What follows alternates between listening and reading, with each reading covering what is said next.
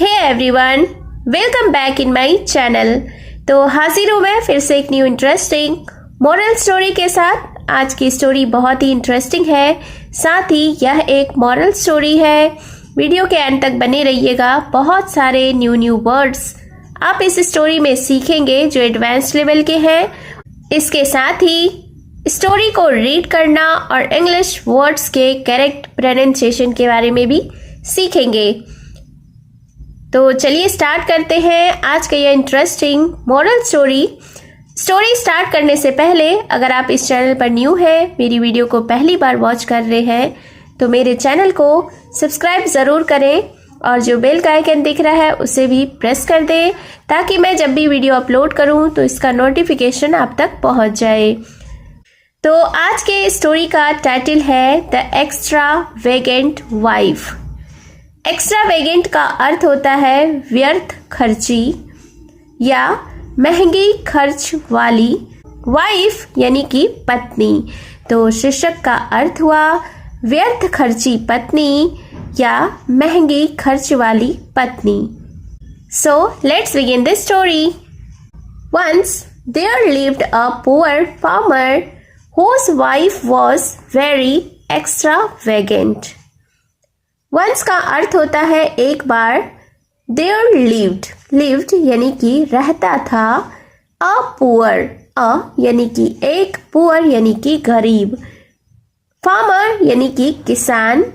तो there lived a poor farmer यानी कि एक गरीब किसान रहता था, whose wife यानी जिसकी, wife यानी कि पत्नी, was यानी थी, very यानी बहुत, extravagant यानी कि व्यर्थ खर्ची या महंगी खर्च वाली।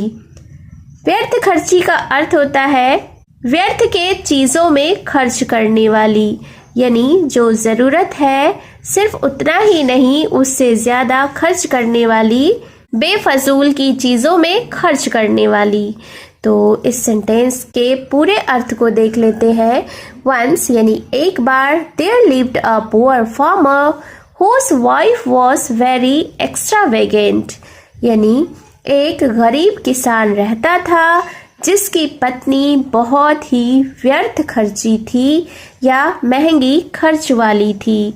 One day she eloped with another man. One day यानी कि एक दिन, she यानी कि वह, eloped का अर्थ होता है भाग गई, with यानी कि साथ, another यानी कि दूसरे या अन्य, man यानी कि व्यक्ति। तो फिर क्या हुआ, one day यानी एक दिन, she eloped with another man वह किसी और आदमी के साथ या किसी और व्यक्ति के साथ भाग गई। The man was actually a rogue who ran away with her jewelry. The man यानी कि आदमी या व्यक्ति, was यानी था, actually का अर्थ होता है वास्तव में, यानी कि एक, rogue का अर्थ होता है ठग या शरारती। Who ran away जो भाग गया, with यानी कि साथ, her यानी कि उसके, ज्वेलरी यानी कि गहने। तो फिर क्या हुआ, the man was actually a rogue यानी कि वह आदमी वास्तव में एक ठग था या यूँ कह सकते हैं कि एक शरारती था। Who ran away with her jewelry जो उसके गहने लेकर भाग गया। Just then a jackal came to the river bank with a large chunk of meat in his mouth. Just then यानी कि तभी, a jackal का अर्थ होता है सियार, यानी कि एक, came यानी आया, to the river bank यानी कि नदी, bank यानी कि किनारा, with यानी साथ, अ लार्ज एक बड़ा, चंक का अर्थ होता है टुकड़ा, ऑफ मीट, ऑफ यानी कि का, मीट यानी कि मांस, इन हिज माउथ यानी कि मुंह, तो इन हिज माउथ यानी उसके मुंह में। तो फिर क्या हुआ, जस्ट देन यानी तभी, a jackal came to the river bank with a large chunk of meat in his mouth. एक सियार मुंह में मांस का बड़ा टुकड़ा लेकर नदी के किनारे आया। A hawk promptly swooped on the meat and flew away।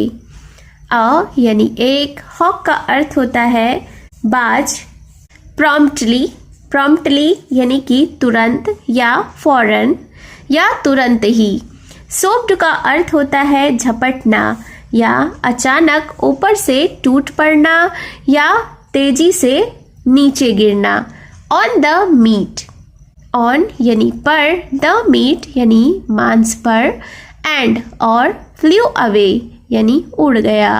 तो फिर क्या हुआ, a hawk promptly swooped on the meat and flew away. एक बाज तुरंत मांस पर झपटा और उड़कर ले गया। The hawk's movement alerted the fish in the water and it too fled to the river bed। The hawks यानी कि बाज का मूवमेंट का अर्थ होता है हरकत या चाल। alerted यानी कि सतर्क हो गई या सचेत हो गई। द फिश यानी मछली, इन द वाटर यानी कि पानी, इन द वाटर यानी पानी में, एंड और इट टू यानी यह भी, फ्लड का अर्थ होता है छुप गई। टू द रिवर बेड यानी कि नदी की तलहटी में, यानी नदी के सबसे नीचे तल में।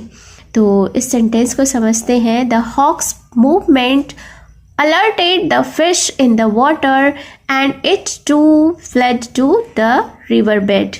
यानी कि बाज की हरकत देखकर पानी में तैर रही मछलियाँ डर गई और वे भी नदी के तलहटी में छुप गई।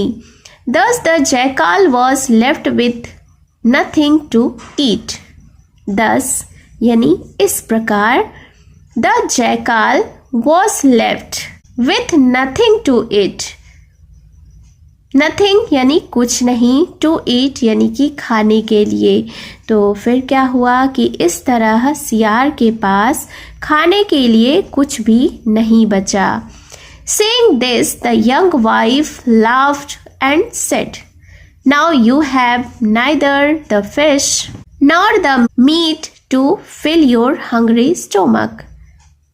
Seeing this यानी यह देखकर या इसे देखकर, द यंग वाइफ, यंग का अर्थ होता है जवान, वाइफ यानी कि पत्नी, लाफ्ड यानी कि हंसी, एंड यानी और, सेड यानी कि कहा। नाउ यानी अब, you have neither the fish यानी तुम्हारे पास अब ना ही मछली है, नॉर द मीट ना ही मांस है, टू फिल यानी भरने के लिए, योर यानी कि तुम्हारा, हंग्री यानी कि भूखा, स्टोमक यानी कि पेट। तो इस सेंटेंस को समझते हैं। Seeing this the young wife laughed and said. इसे देखकर जवान पत्नी हंसी और कहा, now you have neither the fish nor the meat to fill your hungry stomach. यानी कि अब तुम्हारे पास ना मछली बची है और ना ही मांस, ताकि तुम्हारा भूखा पेट भर सके। The jackal sneered at the young women and said, you have lost your husband, your lover and your money. Sneered का अर्थ होता है तंज कसा या मजाक उड़ाया। एट द यंग वोमेन यानी जवान औरत का। तो the jackal sneered at the young women यानी कि सियार ने जवान औरत का, जवान महिला का मजाक उड़ाया या जवान और पर तंज कसा। एंड सेड और कहा, you have lost your husband. Lost यानी कि खो दिया, योर यानी कि तुम्हारा, हस्बैंड यानी कि पति, योर लवर, योर यानी तुम्हारा, लवर यानी कि प्रेमी, एंड योर मनी और तुम्हारे पैसे, मनी यानी कि पैसे। तो इस सेंटेंस को समझते हैं कि जयकाल ने यानी सियार ने तंज कसते हुए युवा महिला पर कहा कि you have lost your husband, यानी कि तुम अपना पत्नी, योर लवर अपना प्रेमी, एंड योर मनी और अपना पैसा सब खो चुकी हो। No one is so pitiable as you, pitiable यानी कि दयनीय। तो no one is so pitiable as you यानी तुमसे ज़्यादा कोई भी दयनीय नहीं है, यानी दयनीय का अर्थ होता है दया के योग्य यानी बहुत दुखी। तो कोई भी तुम्हारे जितना दयनीय नहीं है। सियार ने तंज कसते हुए उस औरत से कहा। Moral of the story is desire for more may let you lose what you possess. Desire का अर्थ होता है लालसा, फॉर मोर यानी अधिक के लिए, मे लेट यू लूज, लूज यानी कि खोना, व्हाट यू पोजेस यानी कि जो कुछ भी तुम्हारे पास है। तो इस स्टोरी का यह मोरल है कि अधिक पाने की लालसा आपको अपने पास जो कुछ है वह खोने पर मजबूर कर सकती है, या यूँ कहें कि ज़्यादा लालच और फालतू खर्च से आप अपने पास की चीज़ें खो सकते हैं। तो कमेंट बॉक्स में ज़रूर बताएं कि आपको यह स्टोरी कैसी लगी और मेरा यह प्रयास कैसा लगा।